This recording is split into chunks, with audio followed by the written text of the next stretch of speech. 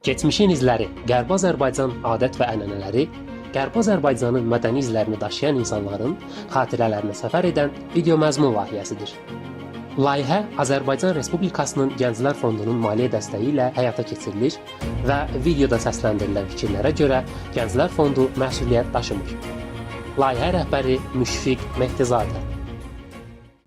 Mən 1967-ci ildə may ayının 21-də Gədəbəy rayonunun Saratovka kəndində anadan olmuşam. Hal-hazırda burada yaşayırıq. Valideynlərim Qərbi Azərbaycandan köçmədilər. Əslən Qərbi Azərbaycandanıq. Atam Çəmbərək rayonundandır, anam Basarkeçər rayonundandır. Atam orada 1926-cı ildə anadan olubdu. Ağbulaq kəndində anadan olubdu. 1940-cı ildə oradan köçüblər Gədəbəy rayonunun Şınıq bölgəsinə. 1948-ci ildə oradan gəliblər Gədəbəy rayonunun Saratovka kəndində məskunlaşıblar. Valideynlərim bugünkü gündə rəhmətə gedib. Hal-hazırda burada biz yaşayırıq. Burada məskunlaşmışıq.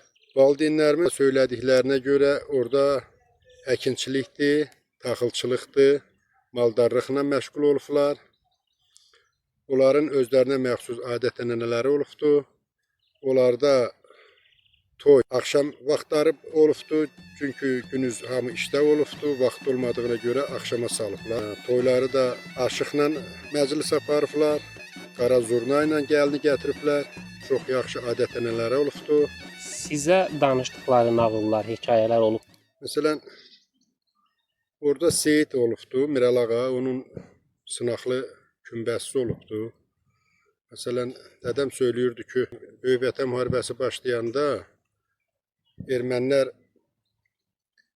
Azərbaycanlıları, Qərbi Azərbaycanı tərk eləsinlər deyin, onların uşaqlarını müharibənin ən qızğın yerinə göndərirdilər. Uşaqların valideynləri, məsələn, nəzir deyirmiş o Miral ağaya, Seyidə, ki, inəyimi ona qurban demişəm, ya sağ-salamat gəlsin, hədiyyə verəcəm. Hansın ki, evladı gələndə o əhd eləmişdi, malını gətirib kişinin qapısına bağlayanda onu qəbul eləmirmiş ki, sən uşağının boğazından kəsib onu maniyə verirsən. Onu qaytarırmış geri ki, sən təntiyib mənim cəddimə sığınıbsan, cəddim kömək olub, mən sənin inəyini qəbul eləyə bilmərəm. Bilənçi də başqa şeyləri. Ailədə bayramlar eyni bu bizdəki kimi, Gədəbəydəki kimi çərşənbələr idi, tonqallar idi, yumurta boyamaq idi. Yumurtanı qatara düzürdülər. Kim uduzdu, onun haqqını ödəyirdi. Papaq atma var idi. Ondan sonra kösə oynayırdılar. Bir də bu yağış yağan vaxtları həmişə qodu gəzdirirlərmiş Göyçədə, yağışın qarşısını almaq üçün. Keçmişdə adətən həkimlər az idi, əsas fəaliyyət göstərənlər loğmanlar idi. Çiçəklərlə dərman hazırlayırdı. Babamın da dediyinə görə, atamın da dediyinə görə çiçəklərlə dərman hazırlayırdılar. Loğman müalicə eləyirdi Göyçə zonasında. Amma sonradan dünya dəyişdikcə, dünya inkişaf elədikcə həkimlər meydana çıxdı, sağ olsunlar. Başladılar dərmanla müalicə eləməyə. Göyçədə hamısı qara adamlar idi. Orada yaşayırdılar. Mən bir dəfə getmişdim, 88-ci ildə Göyçəyə getdim, orada o qara damın birinə baxdım, gördüm. Deməli, giriş enli koridordur, belə götürsək, dəhliz. Bir belə qapılar var dəhlizdən, bir bu yana qapılar var, bir də düzünə qapılar var. Deməli, nə təridir? Bu biri girişlər, biri mal üçündür, biri qoyun üçündür, nə bilim, bu başdakı əl damıdır. Bu biri gözlərdə yaşayış üçündür. Amma o orta dəhlizə küçə deyirlər, küçə. Təndir damı idi. Mən onları getdim, hamısını gördüm orada 87-ci ildə. Basarkeçər rayonunun Subatan kəndində xalam yaşayırdı. Onlara getmişdim, orada gördüm. Ben Göyçədə ağac olmadığına görə qara damı idi hamısı. Sonradan 60-cı illərdə başladılar orada evləri inşa eləməyə. Ananız hansı yeməkləri bişirərdi? Hansını ən çox sevirdiniz?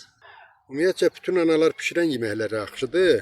O cümlədən də mənim anam pişirən yemək mənə görə ən dadlı yeməklərdən biri idi. Demək olar ki, anam bişirdiyi yeməklərin hamısı mənim üçün gözəl idi.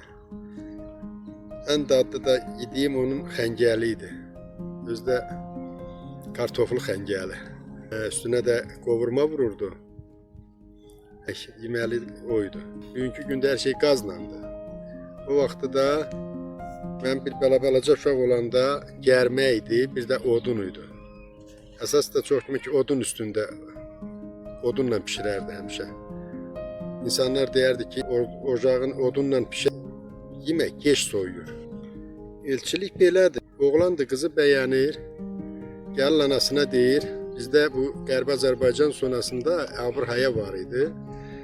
Heç kim ürək elib atasına deyə bilmirdi. Ona görə o gəlirdi, əl altdan anasına deyirdi. Anası da o Aşıqalının sözləri kimi.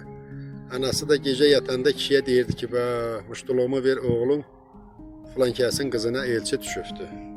O da əl altdan ismarıc eləyərdi, razı qalsalar elçi göndərərdilər. Həyəsini alandan sonra elçiliməyə, birinci elçiliyə bir heyvan aparırdılar, boğazına qırmızı bağlayıb. Allahın izindən gedib elçiliyirdilər. Sonra da el adətindən şan taxılırdı. Onlar da əlini başına yığandan sonra yəqin ki, toylarını hazırlaşırdılar. İndi 5 ay, 1 il, 1 ay bu ədət-ənənələr var idi. İnançlara mən bir elə inanmıram sözün düzü. Çünki hər bir şeyi xalq eləyən bir Allah var, varlıq.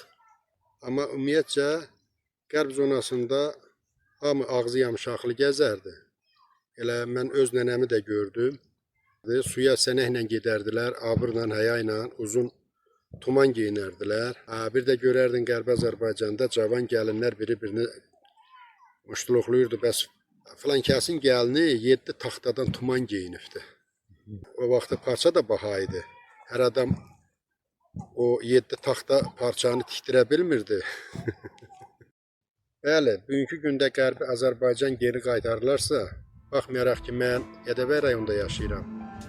Dədəmin o söylədikləri o Göyçə dənizi, oranın o qızılxallı balıqları, oranın o təmiz suyu, havası, əlbəttə ki, qaydardım, gedərdim o baba nənə yurduna.